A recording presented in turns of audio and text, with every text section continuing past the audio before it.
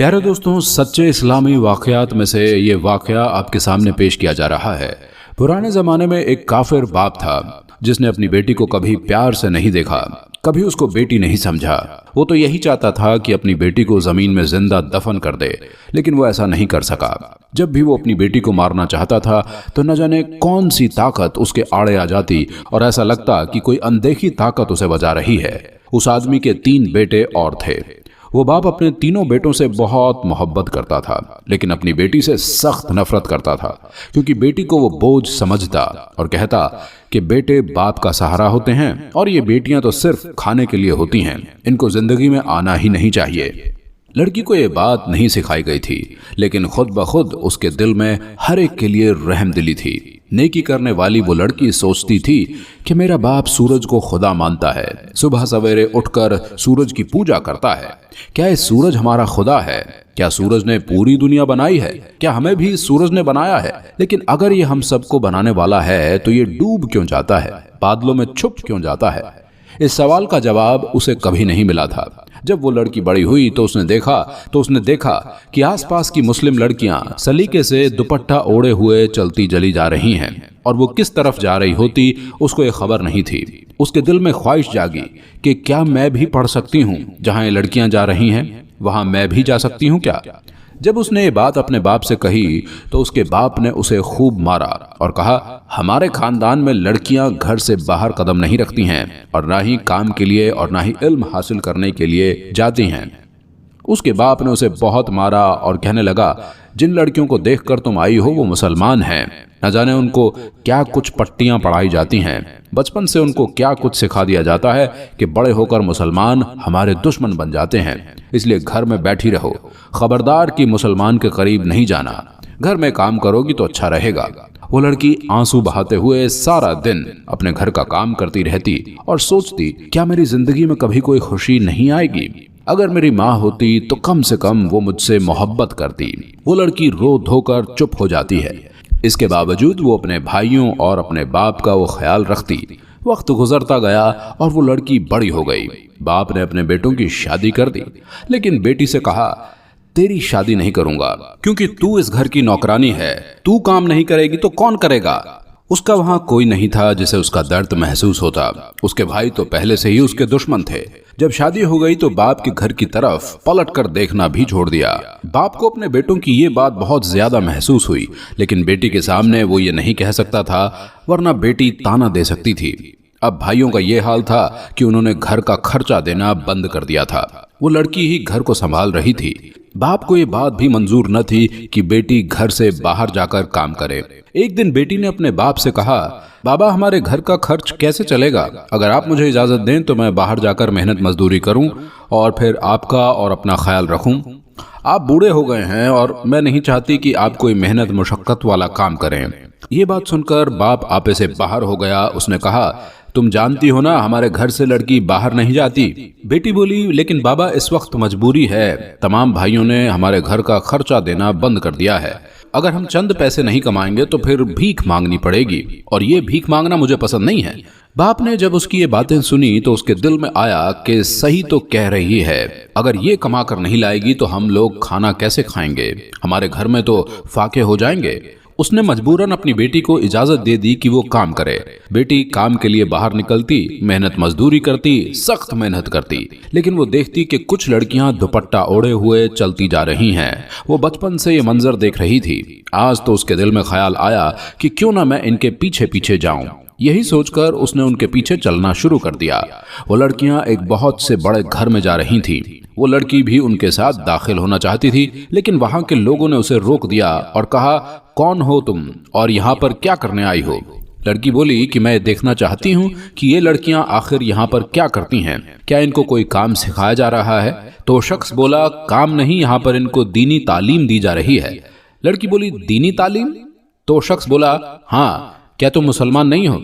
लड़की बोली, नहीं, मैं मुसलमान नहीं हूँ। तो शख्स बोला, तुम्हें नहीं पता, क्या तुम मुसलमान होना चाहती हो? लड़की बोली, अगर आप लोग मुझे सही तरह से बताएं कि आपके दीन में क्या क्या बातें हैं, आप लोग क्या सिखाते हैं, तो यकीनन मैं मुसलमान होना चाहूंगी।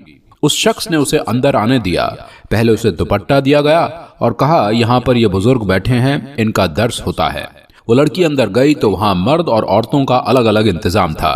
वो लड़की वहां औरतों में बैठ गई और बुजुर्गों की बातें सुनकर उसके दिल में नरमी आने लगी। वो सवालात जिनके जवाब उसको अभी तक नहीं मिल रहे थे, वो सारे जवाब मिलते जा रहे थे। एक दिन में ही उसके दिल में नूर भर गया, रोशनी ही रोशनी आ गई।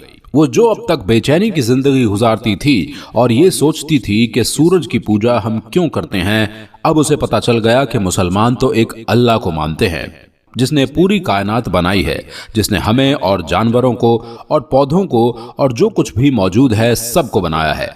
बस ये सारे सवालों के जवाबात उसे मिलते जा रहे थे। उसने एक दिन वो नसीहत सुनी, फिर घर चली गई। वो जितने पैसे कमाती अपने बाप के हाथ में रख देती।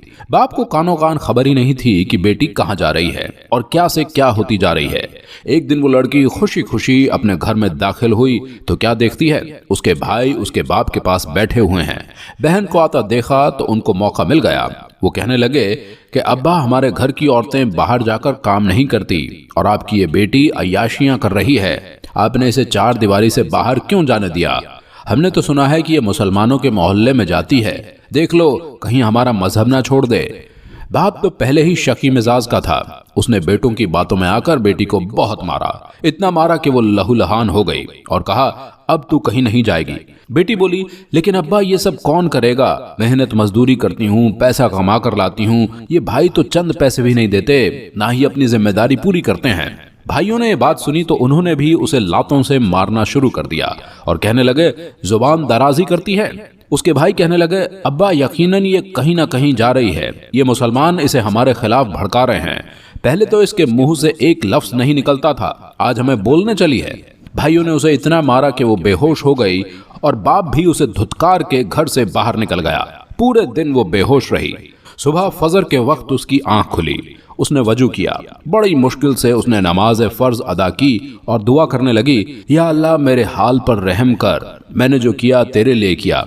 मैं नहीं चाहती कि मैं इनके मजहब में शामिल हूँ, मुझे इनके मजहब में दाखिल नहीं होना। जब बाप घर में दाखिल हुआ तो उस वक्त वो दुआ मांग रही थी। बाप को बहुत गुस्सा आया। वो गुस्से में बड़बड़ाता हुआ उसके पास आया और उसको उठाकर कहा, क्या कर रही है तू?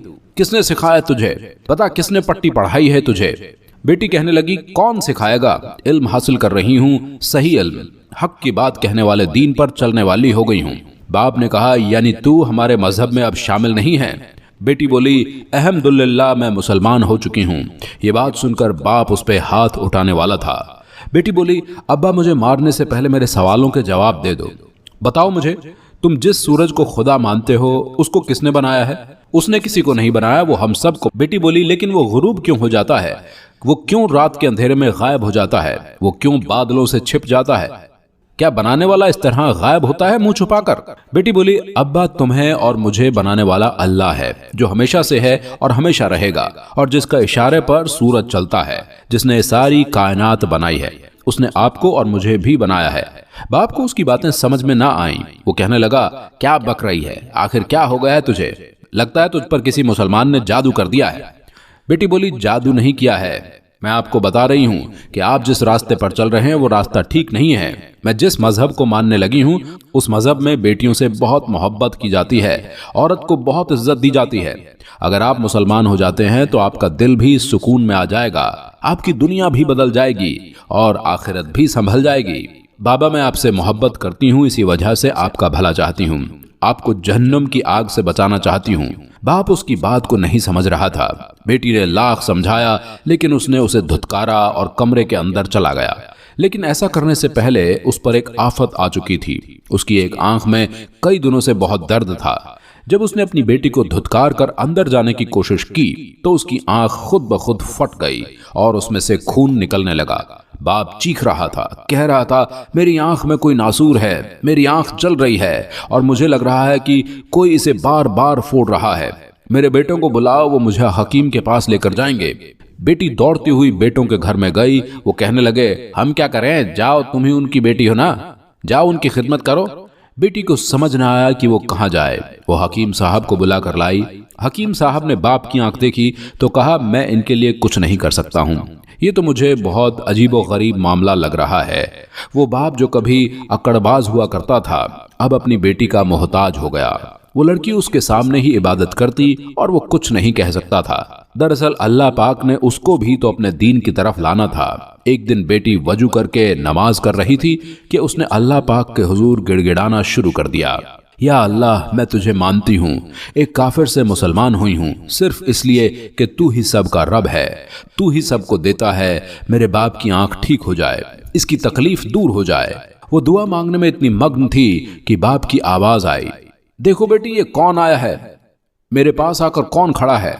वो देखती हुई बाहर आई तो वहां नूरानी शक्ल के एक बुजुर्ग खड़े हुए थे। उन्होंने अपना हाथ उस बाप की आंख पर रखा हुआ था और वो कह रहे थे, खामोश रहो, हमें खास तुम्हारी बेटी के लिए यहां भेजा गया है, इसलिए खामोश रहो, तुम्हारी आंख बिल्कुल ठीक हो जाएगी। उसने जैसे ही आंख पर हाथ फेरा तो उसकी आंख ऐसी हो गई जैसे वो कभी खराब ही नहीं थी। बाप हैरान परेशान हुआ। उसने कहा, आप कौन हैं? दरवाजा खोले बगैर आप यहाँ कैसे आए? तो बुजुर्ग कहने लगे, मैं अल्लाह पाक की जानिब से भेजा हुआ हूँ, उसका खास बंदा हूँ, मोमिन हूँ। तुम्हारा कोई बेटा इस मुश्किल की घड़ी में तुम्हारे साथ नहीं है। कौन काम आया? यही बेटी जिसको तुम बोझ समझते हो। अल्लाह पाक ने इस पर अपना करम किया और ये मुसलमान हुई। अगर तू भी अपना भला चाहता है तो तू भी कलमा हक पढ़ और मुसलमान हो जा।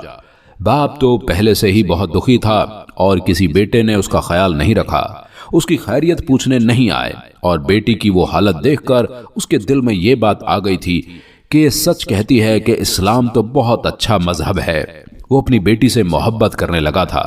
उसने कहा, मैं कलमा हक पढ़ता हूँ, आप मुझे कलमा पढ़ा दीजिए। वो बुजुर्ग जो भी थे उन्होंने बाप को कलमा हक पढ़ाया, और वो बाप जो अपनी बेटी से इतनी सख्त नफरत करता था कि बस उसे दफनाना चाहता था, वो अपनी बेटी से मोहब्बत करने लगा। बाप अब सेहतमंद हो चुका था। उसने कहा, बेटी, अब तुम घर से बाहर नहीं जाओगी, मैं मेहनत मजदूरी करूंगा। जब तक मेरी सांस है तुम घर से बाहर जाकर काम नहीं करोगी। बस तुम मेरी खिदमत करती हो, इसी में तुम्हारे दर्जात बुलंद होंगे। यहाँ तक कि जहाँ वो लड़की पहली बार गई थी इल्म सीखने, जहाँ के औरतों और मर्द हजरात का अलग अलग इंतजाम था, वहाँ वो दोनों साथ साथ जाते और दीनी तामील हासिल करते। सुभान अल्लाह।